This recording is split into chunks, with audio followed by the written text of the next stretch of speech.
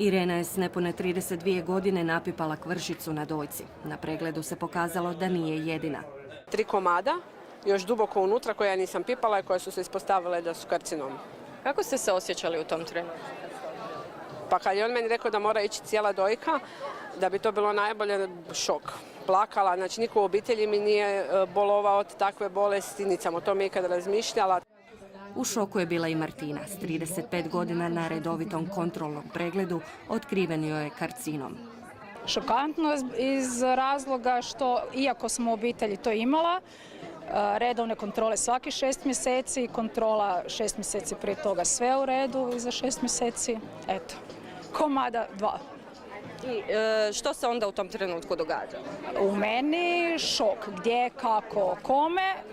Ništa lakše to nije primila ni njezina kćerkica Petra. Kako si se ti osjećala kad ti je mama rekla da mora ići u bolnicu? Pa bila sam tužna i bojala sam se šta će se dogoditi. I dobro, kad ti je mama rekla da je sve ok, jesi ti sad sretna? Da. Iza Martine je dvostruka mastektomija.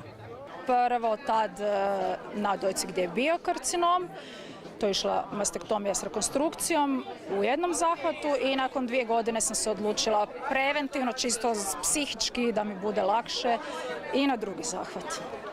Poput nje i Irena se odlučila na rekonstrukciju dojke. Znači psihički dobar osjećaj.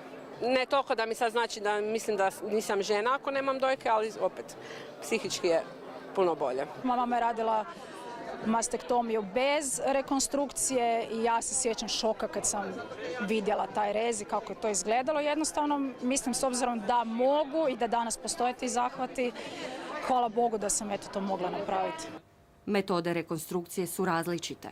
Od metoda vlastitim tkivom, dakle prenosom mišićno-kutanih režnjeva sa udaljenih mjesta u tijelu koji zahtijevaju mikrovaskularne anastomoze, na zahtjevna tehnika koja zahtijeva dobro opremljen centar i educiranog kirurga i nosi sa sobom određeni povećan rizik, jasno pre i postoperacijski, ali rezultatski u estetskom i funkcionalnom smislu takve metode daju i najbolji rezultat. I postoje tehnike rekonstrukcije umjetnim implantatima, takozvanim silikonskim protezama ili ekspanderima. Ožiljci su neizbježni, ali je dobrobit nemjerljiva. Mi te ožiljke uvijek pokušamo sakriti. U slučaju da uzimamo tkivo sa leđa, onda se uzima tako da je rez sakriven ispod grudnjaka. A ako se uzima sa trbuha, onda je to praktički žena dobiva, znači rez koji je sakriven u donjem dijelu, znači gdje je po ugačama, ali i usput dobije i abdominoplastiku jer se trbuh zategne i napravi. Jasno, nije isto ko prava, ali ipak je negdje u tom stilu, tako da je pacijenti su i zbog toga znaju biti zadovoljne. Uistinu danas sa suvremenim mogućnostima rekonstrukcijske kirurgije možemo stvoriti dojku koja je gotovo jednaka onoj drugoj. Kod nas se na to odlučuje znatan broj žena. 20 do 25% žena sa karcinomom dojke dobije neki oblik rekonstrukcije, što je dosta visok postotak prema ostalim zemljama u svijetu gdje se taj postotak kreće između 5 i 10%. Jedan od razloga je zato što je u Hrvatskoj su vodeću ulogu kiruršku liječenju karcinoma dojke imaju upravo plastični rekonstrukcijski i estetski kirurzi, tako da većina žena je odmah upoznata sa mogućnosti rekonstrukcije. Ta rekonstrukcija između ostalog je i besplatna, odnosno pokrivaju HZZO. Tako je, rekonstrukciju dojke nakon karcinoma pokriva Hrvatski zavod za zdravstveno osiguranje i sastavni je dio liječenja. Godišnje od raka dojke oboli oko 2600 žena, umre ih 1000.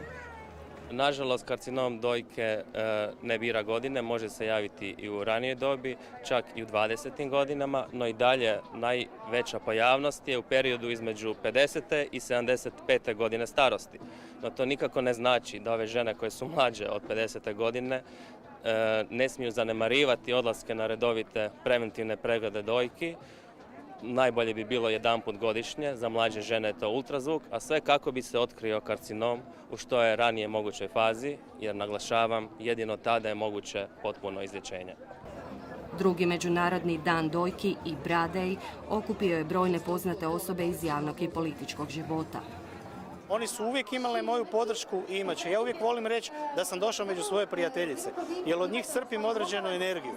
Od njih možete puno toga naučiti, a nešto što je najbolje što možete od njih preuzeti, to je ta energija koju one nesebično daju drugima. Oboljelima od raka dojke građani su pomagali kupnjom vrijeska, majica i torbi.